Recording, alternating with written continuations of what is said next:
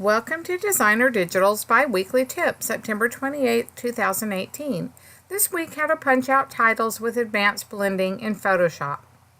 In this series, we're exploring various ways to get the look of punched out letters on your digital projects. In Photoshop and Elements, you can approach most tasks several ways. Having multiple options gives you the freedom to work in a way that makes sense to you.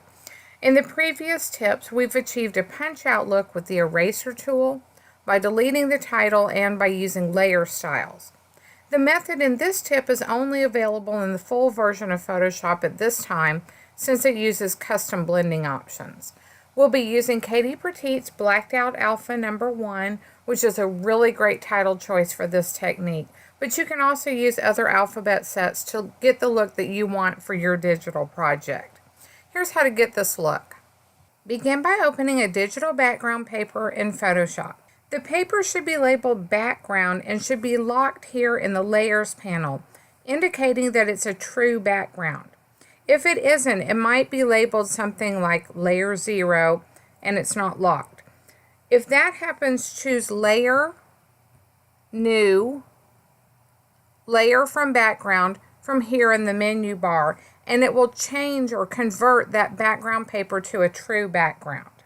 Next, open another piece of digital paper and using the Move tool, drag it over onto your background layer.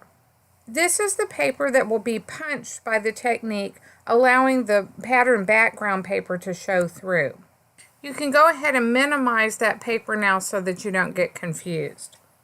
Open the blacked out alpha letters that you'd like to use to create your title, and still using the Move tool, drag the letters into place onto the two-layer document.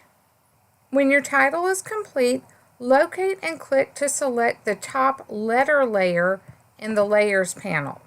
Hold the Shift key and click the bottom letter layer in the Layers panel. This should select all of the letter layers, but it won't select the background layer or the other layer that you've put on there. It won't select the two paper layers.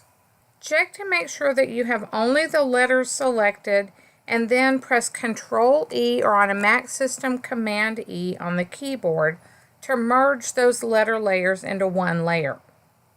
With your title on one layer, click to select that title layer in the Layers panel, and then double-click the layer outside of the layer name in the Layers panel. So if you double-click on the name, it just wants to change the name. But if you double-click somewhere outside the name, it brings up the Layer Styles dialog box. Under Blending Options, locate the center section labeled Advanced Blending. Drag the Fill Opacity slider all the way down to the left, or you can just change the number in the percent box to 0. Make sure the channels RGB are selected or ticked, and make sure that the Transparency Shapes layer is also ticked. Change the knockout to Deep. Now you're going to add an inner shadow. Tick Inner Shadow over on the left, and then also select that tab to bring up the inner shadow options. I usually start with Multiply Blend Mode with an opacity of about 40%, and then play with the distance, choke, and size until you get the look you want. If you have this little preview ticked over here on the right, you'll be able to see what you're doing in real time on your page and get the look you want. When you're finished making adjustments, click OK. At this point, the title letters appear to be cut out of the top paper with your background paper peeking through. To move the title, just get the Move tool and then untick up in the options bar the Auto Select layer. Make sure that your title layer is selected, and then you can just move it around on the page anywhere you'd like to put it.